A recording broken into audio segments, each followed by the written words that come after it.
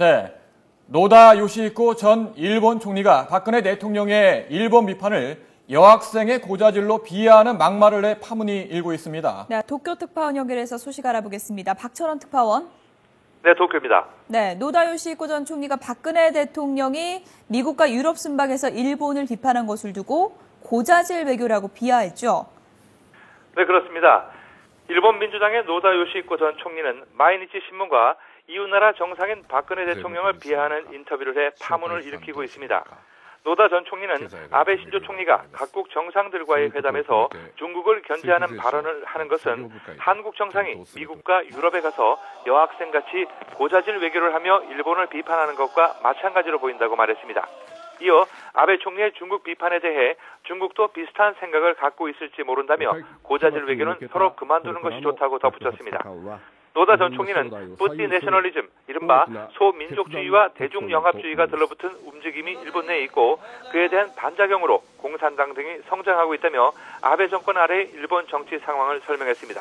그러면서 한가운데인 중도 세력이 빠져있다고 평가하면서 제 역할을 하지 못하고 있는 민주당의 현 주소를 우회적으로 비판했습니다.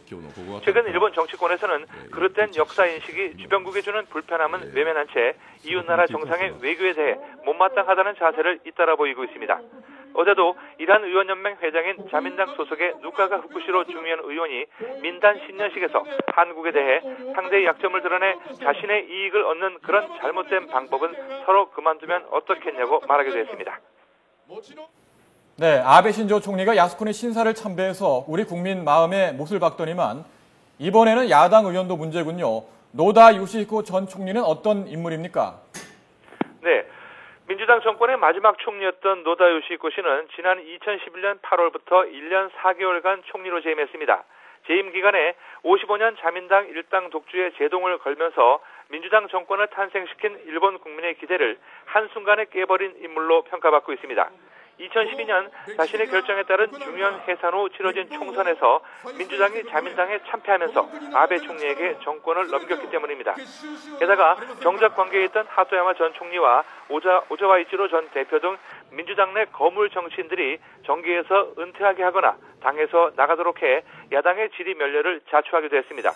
결과적으로 일본 야당의 지리 멸렬은 아베 총리가 이끄는 자민당의 보수와 독재에 아무런 견제도 못하고 존재감마저도 미미한 채 대다수 국민의 관심 밖에 놓여 있습니다. 한일 관계가 악화되기 시작한 것도 노다 전 총리 재임 시기였던 지난 2011년 12월 교토 한일 정상회담이 발단이 됐습니다. 위안부 문제의 성의 있는 해결을 위해 일본 정부의 적극적인 자세 전환을 촉구한 이명박 전 대통령에 대해 노다 총리가 사실상 거부 의사를 전달하면서 한일 관계가 급격히 나빠지기 시작한 것입니다. 노다 전 총리의 고자질 발언은 사실상 한일 관계를 경색시켰던 장본인의 발언이라는 점에서 더욱 큰 비판을 받고 있습니다. 지금까지 도쿄에서 YTN 박철원입니다.